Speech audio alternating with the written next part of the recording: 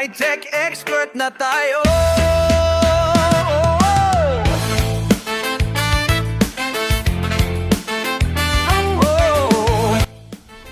Welcome back sa ating channel. So, ito yung share natin ngayon. Yung repair natin noon. So medyo matagal na din to. So habang hinihintay natin yung uwian nila misis ay dinaanan ko na din itong magpapagawa ng CRT. So mas gusto pa kasi niya yung old model kaysa yung mga bago ngayon. So, madaling masira. So, mas ayaw niya yung bago ngayon, mga flat screen TV. Kaya ito, gusto pa rin niyang ipagawa yung mga CRT type. So, ito ay isang GBC na 21 inches. So, yan yung kanyang model number. Yung problema nito ay nag-blinking lang yung kanyang indicator light, hindi siya magtuloy yung kanyang power. So itong GBC na to is kung di mo kabisado to, talagang mahihirapan ka din dito, lalo yung mga newbie. So marami yung mga trouble nito na sabi nila bangungot daw, pero once na pag nakabisado mo na to, so okay na. So, share ko lang yung madalas na sakit nito na nagpapasakit ng ulo ng ibang gumagawa ng CRT. So, minsan nito pinapalitan na nila ng universal na China board. So, ito yung pinaka basic na problema sa ganitong type ng TV, lalo na to sa GBC. So sinukatan natin yung kanyang B+, ayun, normal naman, 135 volts DC. Tapos dito tayo ngayon sa kanyang horizontal driver transformer. So meron siyang supply na 8.9 volts. Check natin sa isang paa, ayun na, nahuli na agad mga bro yung problema. Mayroon siyang input sa primary ng kanyang horizontal drive transformer, pero wala nang tumatawid dun sa dulo.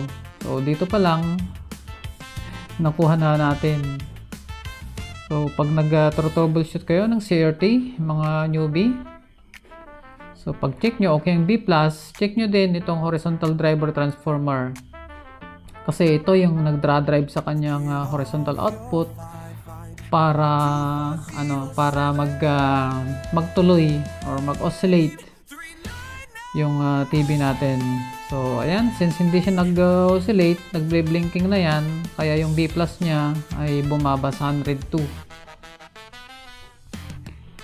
So ang gagawin natin dito ay tatanggalin natin yung horizontal driver transformer at saka papalitan natin. So ayan, pag saksak ko ulit yan, may B+ na 135 volts. Pero dito sa ating horizontal drive transformer, open yung kanyang primary side. So check natin yung resistance para makita nyo na open nga. Yan, so bali naka ohms na tayo sa ating digital multimeter.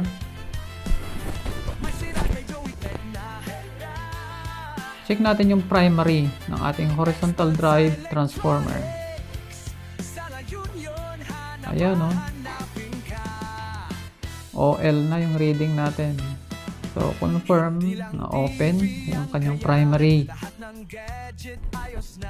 Bali yung normal na reading ng kanyang primary dito, pag sinukatan natin, at least meron tayong makuha dito na below 10 ohms yung kanyang resistance sa primary.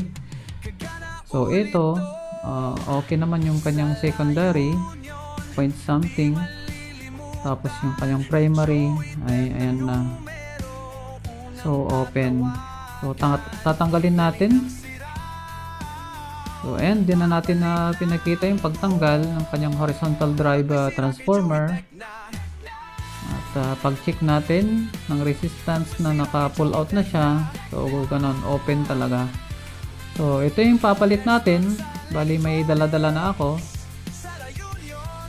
Kasi tatagal tayo pag ni-rewind natin to.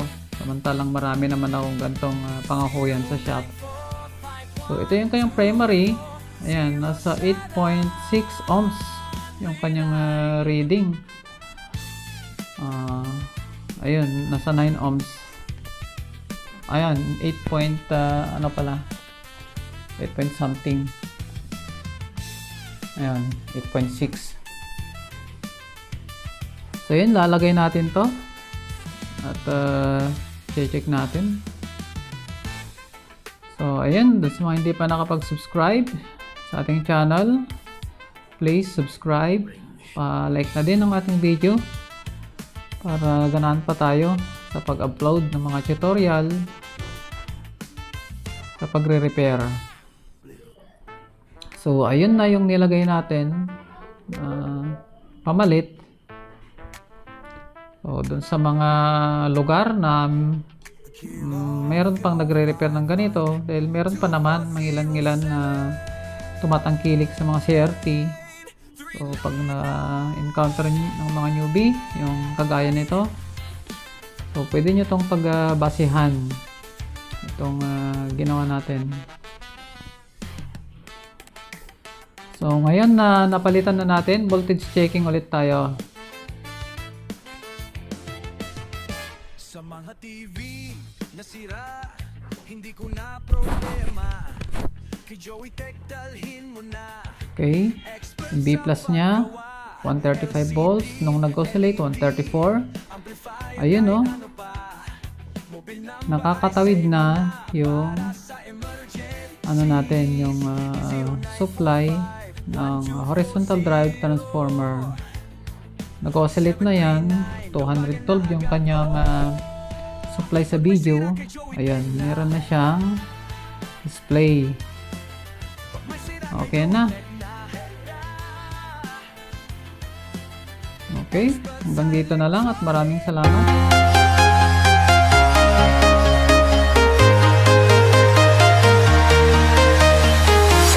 I'm walking alone the streets.